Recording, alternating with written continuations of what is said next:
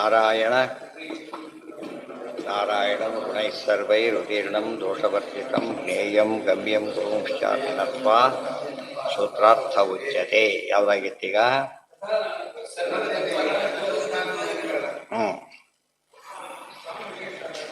ಮುಗಿದೋಗಿರ್ತದಲ್ಲ. ತಥಾ ಅನ್ಯತ್ರ ಆಯ್ತೀಗ. ಕೊನೆಯ ಬರ್ತಾ ಇದೆ ಈಗ. ಅನೇನ ಸರ್ವಗತತ್ವ ಮಾಯಾಮಯ ಶಬ್ದಾದಿಭ್ಯ ಓಂ ದೇಶಕಾಲಾಂತರೆ ಅನ್ಯತೋಪಿ ಸೃಷ್ಟ್ಯಾದಿಯುಕ್ತ ಇತ್ಯಥೋ ಬರುತ್ತೆ. ಒಂದು ಪ್ರಶ್ನೆ ಈಗ. ಆಯಿತು, ಎಲ್ಲ ಒಪ್ಕೊಂಡ್ಬಿಡ್ತೀವಿ, ದೇವರು ಮಾಡ್ತಾ ಎಲ್ಲ ಮಾಡ್ಕೊಂಡ್ಬಿಡ್ತೀವಿ, ಸರಿನೇ. ಅಂತೂ ಈ ಕಲ್ಪಕ್ಕೆ ಎಲ್ಲ ದೇವರು ಮಾಡ್ತಾನೆ ಒಪ್ಕೊಂಡ್ವಿ, ಆದರೆ ಮುಂದೆ ಬದಲಾಗ್ಬೋದಲ್ಲ ಅಂತ ಕೇಳಿದೆ. ಅದಕ್ಕೆ ಉತ್ತರ ಈಗ. ಮೊದಲೇನು ಇಷ್ಟೊತ್ತು ಅದನ್ನೇ ಉಪಯೋಗ ತಯಾರಿದ್ದಿಲ್ಲ ಅವನು. ವಿಷ್ಣುನೇ ಎಲ್ಲ ಮಾಡ್ತಾನೆ ಅಂತ ತಯಾರಿ ಇವೆಲ್ಲ ಒಪ್ಕೊಂಡ.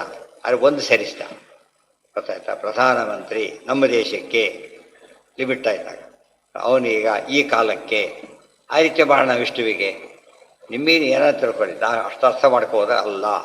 ವಿಷ್ಣು ಎಲ್ಲ ಕಾಲಕ್ಕೆ ಏನಾಗಿದ್ದಾನೆ? ಆತ್ಮೆ ಭೂತ ಭವ್ಯ ಭವನ್ನಾಥ, ಭೂತ ಭವ್ಯ ಭವತ್ ಪ್ರಭು. ಇವರೆಲ್ಲ ಭವ್ಯ ಪ್ರಭುಗಳಲ್ಲ, ಗೊತ್ತಾಯ್ತಾ? ಭೂತ ಪ್ರಭುಗಳು ಅಲ್ಲ, ಭವತ್ ಈಗಿರೋದಕ್ಕೆ ಮಾತ್ರ ಪ್ರಭುಗಳು. ದೇವ್ರು ಹಾಗಲ್ಲ. ಏನು ಮಾಡ್ತಾನೆ? ಎಷ್ಟೋ ಸತಿ ಇವರು ಕೈದಿಗಳಾಗಿಬಿಡ್ತಾರೆ. ಇದ್ದ ಪುರುಷದಲ್ಲಿದ್ದವರು ಕೈದಿಗಳಾಗಿ ಅರೆಸ್ಟ್ ಆಗ್ತಾರೆ. ಎಷ್ಟೋ ಸಲ ಯಾವ ಅವರ ಇದಿಲ್ಲ, ಸ್ವಾಮ್ಯನೂ ಕೊಡೋದಿಲ್ಲ. ದೇವ್ರಿಗೆ ಹಾಗೆ ಹೇಳ್ಬೋದಾ ಅಂದರೆ ಹೇಳಕ್ಕೆ ಸಾಧ್ಯ ಇಲ್ಲ. ಅನೇನ ಸರ್ವಗತತ್ವ ಮಾಯಾಮಯ ಶಬ್ದಾದಿಭ್ಯ ಓಂ ಏನೇನು ಸೇರಿಕೊಂಡಿದೆ? ಸರ್ವ ದೇಶಕಾಲ ವಸ್ತುಷು ಅನೇನೈವ ಸೃಷ್ಟ್ಯಾದಿಕಂ ಪ್ರವರ್ತತೆ. ಸರ್ವ ದೇಶ, ಸರ್ವಕಾಲ, ಸರ್ವ ವಸ್ತುಗಳ ಬಗ್ಗೆ ಕೂಡ ಸೃಷ್ಟ್ಯಾದಿಗಳು ಯಾರಿಂದ? ಪರಮಾತ್ಮನಿಂದನೇ. ಇದು ಪಾಯಿಂಟ್. ಏಷಯ ಸರ್ವ, ಏಷ ಸರ್ವಗತಃ ಈಶ್ವರ, ಏಷೋ ಅಚಿಂತ್ಯ. ಆಗ ನಮಗೆ ವಿಷ್ಣು ಸಹಸ್ರನಾಮ ಅರ್ಥ ಆಗುತ್ತೆ. ಭೂತಭವ್ಯ ಭುವತ್ಪ್ರಭು, ಭೂತಭವ್ಯ ಭವನ್ನಾಥ ಎಕ್ಸ್ಪ್ಯಾಂಡೆಡ್ ಫಾರಮ್ ಇದು. ಸೊ ಬ್ರಹ್ಮಸೂತ್ರದ ಅರ್ಥ ಇದು. ಪ್ರತಿಯೊಂದು ಸೂತ್ರಕ್ಕೂ ಏನು ಹುಡುಕ್ಬೇಕು ನಾವು? ಪ್ರತಿಯೊಂದು ವಿಷ್ಣು ಸಹಸ್ರನಾಮಕ್ಕೆ ಕೂಡ ಬ್ರಹ್ಮಸೂತ್ರ ಸೇರಿಸ್ಬೇಕಾದ್ರೆ. ಯಾಕೆ ಎಲ್ಲ ಒಂದೇ ರೀತಿ ಕೆಲಿ ಬರೋದು ಕೂಡ. ಅದೇ ಬ್ರಹ್ಮಸೂತ್ರ ವಿಷ್ಣು ಸಹಸ್ರನಾಮ ಸೇರಿಸ್ಬೇಕು, ಇದಕ್ಕೆ ಅದನ್ನು ಸೇರಿಸ್ಬೇಕು. ಅವಾಗೇನಾಗುತ್ತೆ? ಇದು ಸ್ತೋತ್ರ ಆಗಿಬಿಡುತ್ತೆ, ಸ್ತೋತ್ರಾವಳಿ. ಅದು ಬ್ರಹ್ಮಸ್ತ್ರ ಆರ್ಗ್ಯುಮೆಂಟ್ ಆ ಥರ ಬರುತ್ತೆ. ಆದ್ದರಿಂದ ಎಲ್ಲ ಕೂಡ ಎಲ್ಲೆಲ್ಲೂ ಏನಿಲ್ಲ, ಅದರಲ್ಲಿ ಭಿನ್ನತೆ ಇಲ್ಲ ತಾತ್ಪರ್ಯದಲ್ಲಿ.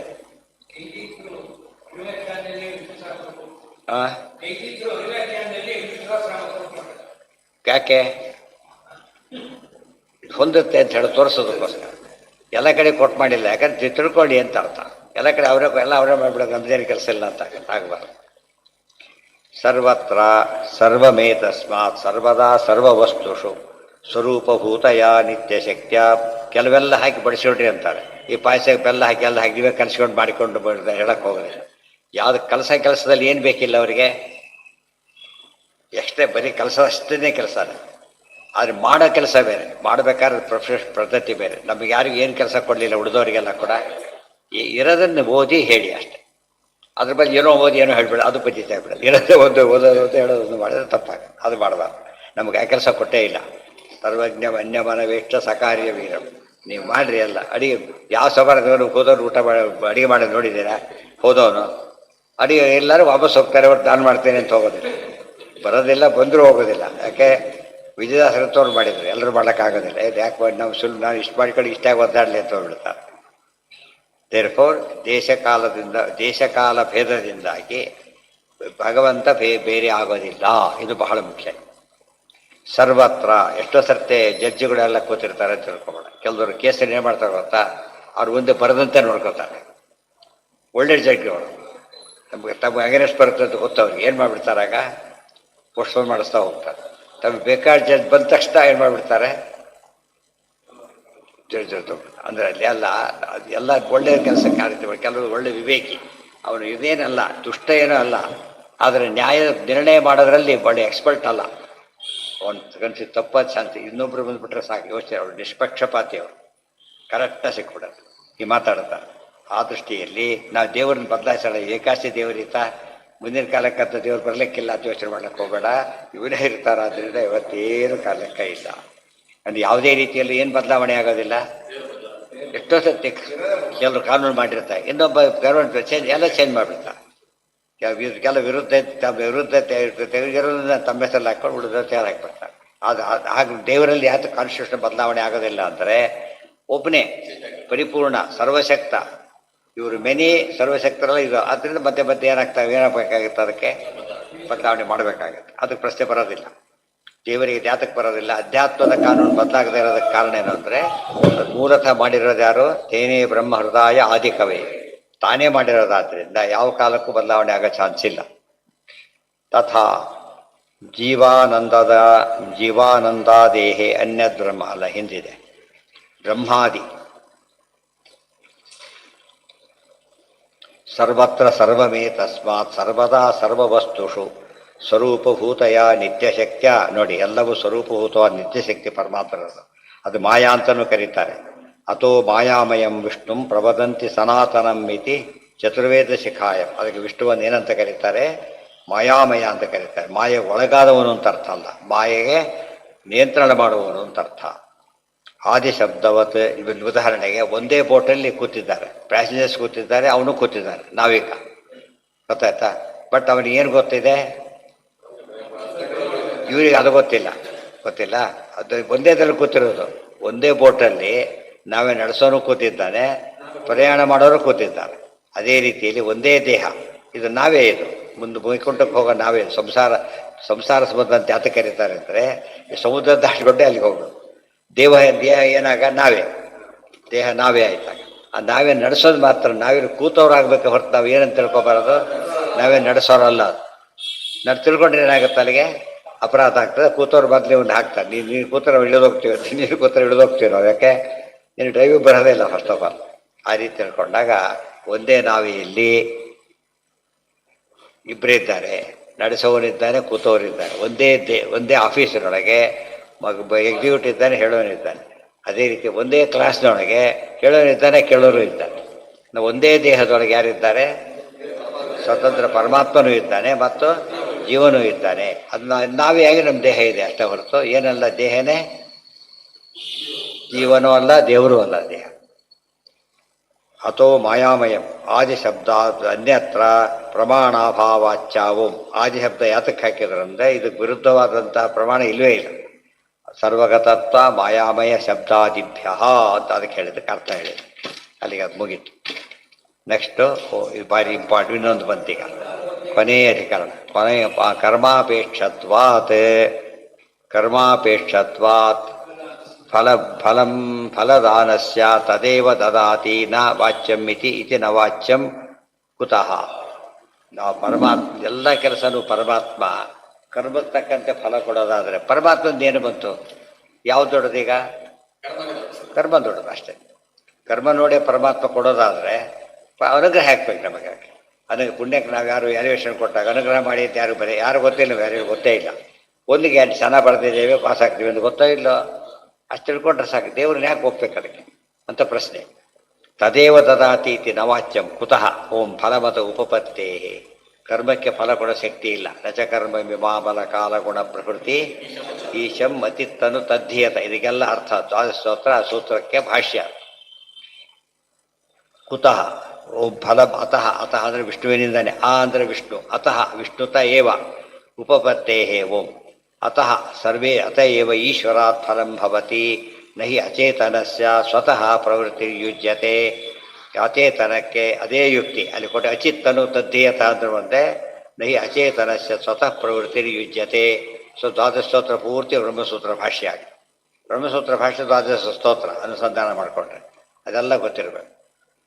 ಇದಿಷ್ಟನ್ನ ಅನುಸಂಧಾನ ಮಾಡ್ಕೊಂಡು ಹೇಗೆ ಹೇಳಬೇಕು ತೋರಿಸ್ಕೊಟ್ಟಿದ್ದಾರಲ್ಲ, ಇಷ್ಟು ಕೂಡ ಸಿದ್ಧಾಂತ ಅರ್ಥ ಮಾಡ್ಕೊಂಡು ಸ್ತೋತ್ರ ಮಾಡೋ ಕ್ರಮ ಅದರಲ್ಲಿ ಬಂದಿರೋದ್ರಿಂದ ಅಷ್ಟು ಮಹತ್ವ ಬಂತು ಅದಕ್ಕೆ. ಓಂ ಶ್ರುತತ್ವಾಚ್ಚ ನಹಿ ಅಚೇತನಸ್ಯ ವಿಜ್ಞಾನಮಾನಂದಂ ಬ್ರಹ್ಮ ರಾತಿರ್ಧಾತು ಪರಾಯಣಂ ಇತಿ ಚ. ವಿಜ್ಞಾನ ಆನಂದ ಎಲ್ಲ ಪರಮಾತ್ಮನಾಗಿದ್ದಾನೆ ಅಂದರೆ ವಿಜ್ಞಾನಾದಿ ಪೂರ್ಣನಾಗಿದ್ದಾನೆ. ಗೊತ್ತಾಯ್ತಾ? ಕೊಡೋದು ಅವನೇ, ಎಲ್ಲ ಮಾಡೋ. ರಾತಿ ಅಂದರೆ ಕೊಡೋನು, ಧಾತು ಎಲ್ಲ ಆಗಿರೋ ಪರಾಯಣ ಎಲ್ಲ ಆಗಿದ್ದಾನಾದ್ದರಿಂದ ಕೊಡೋರಿಗೂ ಸ್ವಾಮಿ ಆದವನವನು, ಕೊಡುವವನವನು. ಆದ್ದರಿಂದ ಫಲಮತ ಉಪಪತ್ತೇ ಓಂ. ಫಲ ಕೊಡ್ತೀವಿ. ಯಾವುದೇ ಕೆಲಸ ಮಾಡಿರ್ತಾನೆ, ಯಾರೋ ದುಡ್ಡು ಕೇಳಿದ್ರೆ ಕೊಡೋದಿಲ್ಲ. ಯಾರು ಕೊಡ್ತಾರೆ? ಯಾರು ಕರ್ಮ ಮಾಡ್ಲಿಕ್ಕೆ ಹೇಳಿದ್ರು ಭಗವಂತ. ಫಲ ಅವನೇ ಕೊಡ್ತಾನೆ. ಉಳಿದೋ ಯಾಕೆ ಫಲ ಕೊಡ್ತಾರೆ? ಯಾರ್ದೋ ಮನೆಯಲ್ಲಿ ಏನೋ ಕೆಲಸ ಮಾಡಿಬಿಟ್ಟು ಇನ್ನೊಂದು ದುಡ್ಡು ಕೇಳಿದರೆ ನಮ್ಮ ಕೆಲಸ ಎಲ್ಲ ನಮ್ಗೆ ಹೇಳೂ ಇಲ್ಲ ಮತ್ತೆ, ಅಥವಾ ಅವನೇ ಇದ್ದಾನೆ ಅಂತ ತಿಳ್ಕೊಳ್ಳಿ. ಹೇಳಿಲ್ಲ ಅವನು, ಮಾಡಿದ್ರೆ ಏನು ಮಾಡ್ತಾನಾಗ? ಯಾರು ಹೇಳಿದ್ರು ಫಸ್ಟ್ ಏನಿಗೆ ಅಫೆನ್ಸ್ ಮಾಡಿದ ತಪ್ಪು ಅಂತ ಹೇಳ್ತಾರೆ.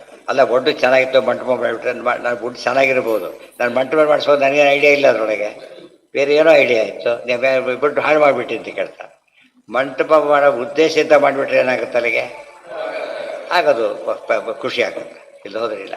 ಅದು ಇವ್ನು ಹೇಳದೆ ಹೋದಾಗ ನಮ್ಮ ಮಾಡೋ ಉದ್ದೇಶ ಇತ್ತು, ಮಂಟಪನೇ ಮಾಡಿದ್ಯಾ, ಅದು ಈಗ ಮಾಡೋ ಉದ್ದೇಶ ನನಗಿರಲಿಲ್ಲ ಗೊತ್ತಾಯ್ತಾ, ಇನ್ಯಾವಲೋ ಪ್ಲಾನ್ ಮಾಡಿದ್ದಿ, ಮಾಡಿ ತಪ್ಪಾಯ್ತು ನೀನೀಗ, ಅದರಿಂದ ನೀನು ಏನೂ ಕೊಡೋದಿಲ್ಲ, ನಾನು ಅಷ್ಟೇ ಅಲ್ಲ ಶಿಕ್ಷೆ ದಂಡ ಹಾಕ್ತೀನಿ ಅಂತ ಹೇಳಬೇಕಾದ್ರೆ ಉದ್ದೇಶ ಇಲ್ವಲ್ಲ ನಮಗೀಗ, ಅಷ್ಟೇ.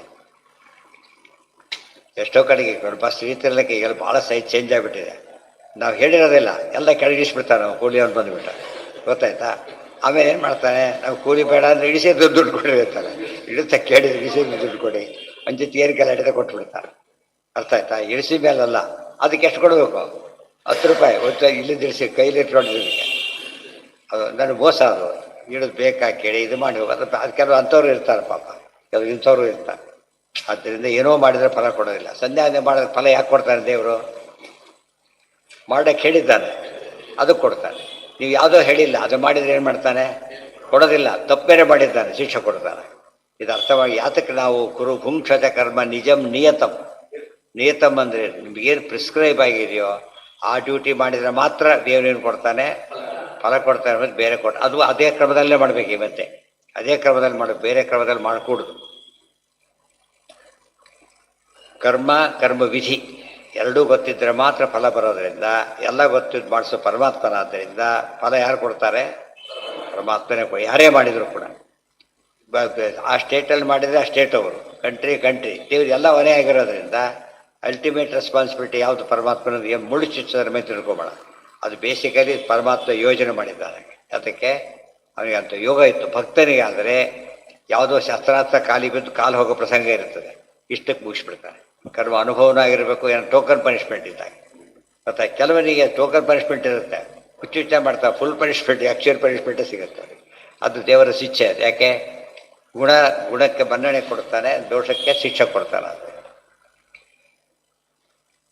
ಓಂ ಧರ್ಮಂ ಜೈಮಿದೆ ರಥ ಏವ ಓಂ ಯತಃ ಫಲಂ ತದೇವ ಕರ್ಮ ಈಶ್ವರಾತ್ ಭವತಿ ಏಷ ಏವ ಸಾಧು ಕರ್ಮ ಕಾರಯತಿ ಇತಿ ಶ್ರುತೇರಿತಿ ಜೈಮಿನಿ.